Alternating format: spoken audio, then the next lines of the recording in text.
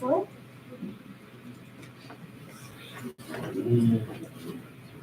Can I go through some reminders? Absolutely. Yeah, let's just do that because we'll say them all, but. Yeah, so I'm gonna go through some reminders. Everyone, please give me the eyes on me. Everyone, eyes on me. Thank you.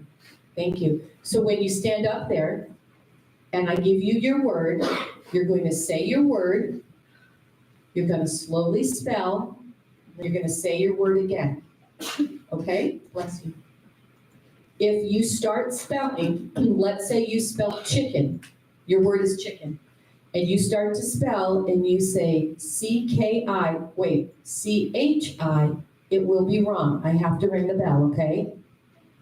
So that's why I want you to go super slow, think in your head, whatever you need to do, visualize it in your head, and then slowly spell your word. Does anybody have any questions? I like how you're doing that, number 6. I like it, whatever your strategy is. If I ring the bell and your word isn't spelled correctly, I want you to turn your number, just put it over your back, like put it, so that way, yeah, just like Rosalie just did, okay? So then we know that you're not, we know that you spelled it wrong. Let's say we're down to 3 people in the last round, and I give you each a word, and you all spell it incorrectly. You're still not out. So don't be surprised that even if towards the end you get a word wrong, I might have you do it again, okay? Does that make sense? Yes. Okay. Because so if you're gonna be calling the words, you look how many is the English. Oh, okay. Yeah. Thank you. And if you're starting, you need to put it on that. If you are confused in any way, shape, or form, if what I'm saying doesn't make any sense, I need you to ask me to repeat it, okay?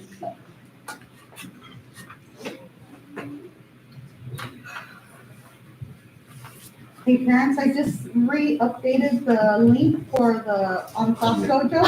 If you sent that link to your parents at home or someone, go ahead and resend that link, okay? Because I had to change a new link.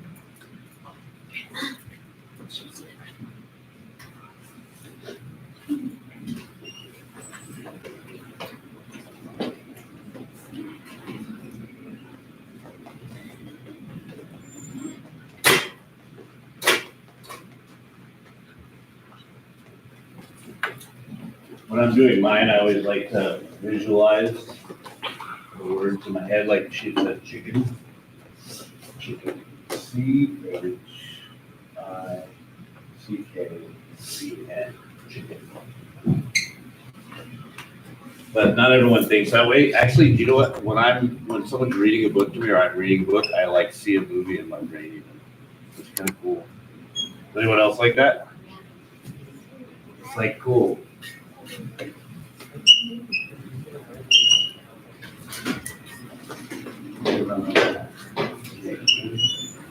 Good.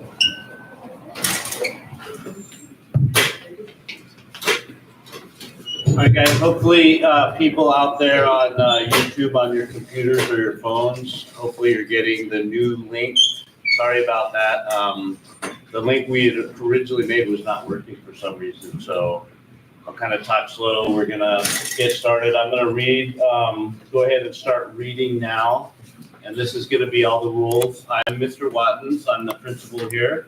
I'm gonna be the MC. This is Mrs. Crandall, she's the pronouncer. And then we have, she's the vice principal here. We have Miss Westner, who is our SPED lead teacher and department lead for SPED. She's gonna be a judge. And then we have Miss Riesco, who is the 4th grade teacher here. She will be our second judge. Thank you, parents who were able to come out in person, and hopefully you guys all found the link by now. We're gonna go ahead and get started in the 2023 La Paloma Academy South Spelling Bee. Welcome to an exciting morning of the competitive spelling bee at LPA South. Today, these children will embark on a thrilling journey armed with their knowledge and ready to take on the dictionary one word at a time. Rules for the audience. Audience, as tempting as it may be, please do not attempt to help students during the spelling bee in any way, and that includes nodding your head or shaking your head, or mouthing letters, of course. Also, rules for spelling bee participants. Make sure that you're facing the judges and you're speaking clearly when you're stating the words. And make sure you state the word both before and after the spelling. That helps the judges to just help you and make sure they catch every letter and they know when you're all finished. The mic should be pretty hot, so if you come up here and talk, everyone should be able to hear you. And then remember, the three people right in front of you are the ones that are trying to make sure they get every letter that you speak. So if you're looking toward them or even facing them, it's easier for them to kind of read your lips if you're quiet. During your turn, you may ask the pronouncer the following 6 questions. You can ask them to repeat the word. You can ask them to define the word, give you a definition.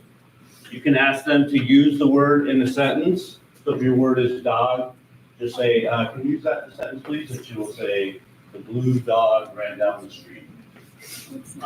You can also ask that they provide the part of speech, the language of origin, or an alternate pronunciation, maybe like tomato or tomato.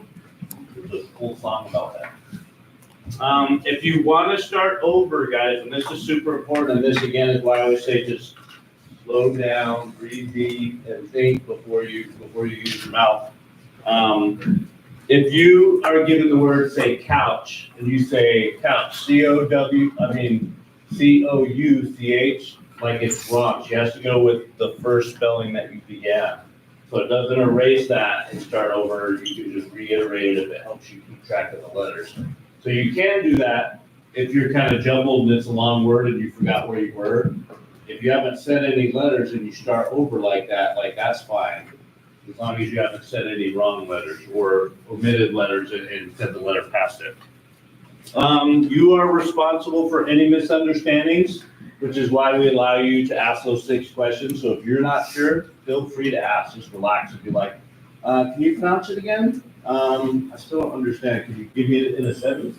Like that's your job as a speller because you're the only one inside your brain, and we can't tell if you're misunderstanding it or not. She'll actually volunteer some information for like homonyms, like there, and there, just to make sure you know which one she's talking about.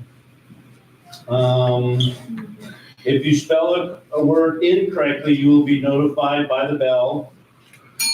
And then you can sit back down and just kind of turn your letter around, your number around. And they'll be keeping track of that. At the end of each round, participants who spell the word correctly will automatically advance to the next round. Those that spell a word incorrectly when the next round begins are free to join the audience and come off the stage and out of the camera. If all participants in a round spell it wrong, so say there's 3 people left, and every single one of those 3 people spells a word wrong, then we just redo the round and all 3 of those people come back up. So that's kind of like a little saving grace. If only one participant in a round spells their word correctly, they have to still do a final round by themselves, a championship word round. And if they spell that correctly, then they win. So if you come back, so say again, there's 3 of you, 2 spelled their words wrong, and the last person spells their word right, then that last person does a championship word, and if they get it correct, they win. If they don't get it correct, then we redo the round with all 3 people. So it's kind of tricky, so you gotta like really win-win, or else everyone stays in it. And I've seen that happen a couple different times where the winner kind of changed because the person missed the championship round and people came back up. At the end, one student will be declared the school champion, and that person and 3 other students will be able to move on and represent La Paloma Academy South at the end of, I don't remember the exact date, the end of January, and that will be at La Paloma Academy Lakeside. That'll be for the whole district spelling bee. And we'll have all four of the Tucson schools represented there. So parents, settle in and prepare to be amazed by the linguistic feats your children are about to perform. We promise you a fun morning. It's going to be suspenseful, and let's give one quick little applause for these really kids. There we go. Number one, would you come up to the microphone? Good morning.